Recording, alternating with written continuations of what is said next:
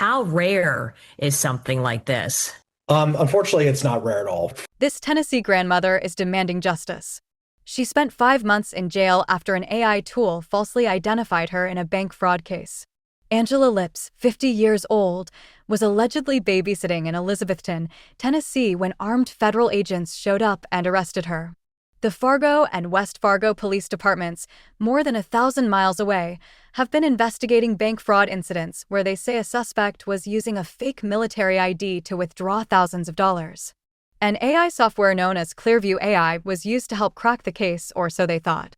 West Fargo investigators noted Clearview AI identified a potential suspect with similar features to Angela Lips.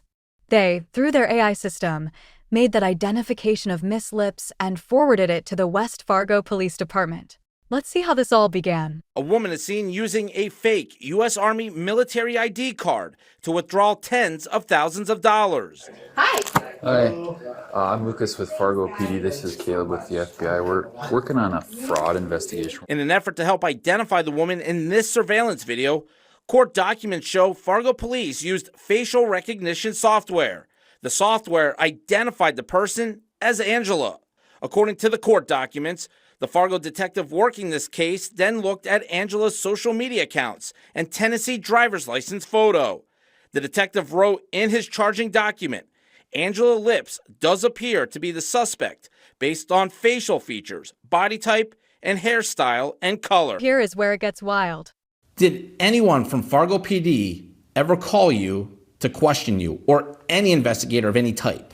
No, not once. Things saying that this is her is this facial recognition. I might want to dig a little deeper to find out whether or not this is in fact the individual we're talking about, especially since she doesn't live here. They charged her and issued a nationwide warrant based on extremely limited evidence that didn't connect her to the crime and didn't address basic questions. They dragged her to North Dakota. They weren't able to connect the stolen money to Angela in any way. How rare is something like this?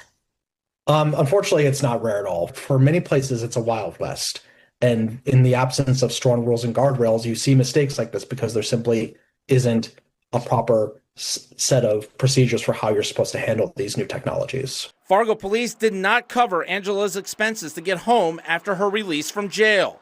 Local defense attorneys gave Angela money to pay for a hotel room and food on Christmas Eve and Christmas Day.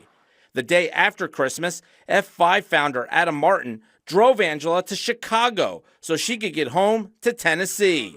I'm just glad it's over, and I'll never go back to North Dakota. Through a spokesperson, the chief declined an on-camera interview.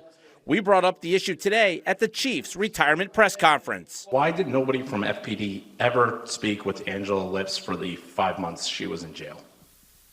Well, thank you, Matt, for that question, but we're not here to talk about that today.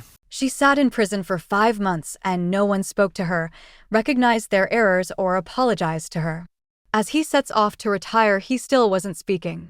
Of sitting in jail for months, Angela says she lost just about everything: her house, her car. She's now living with her neighbors.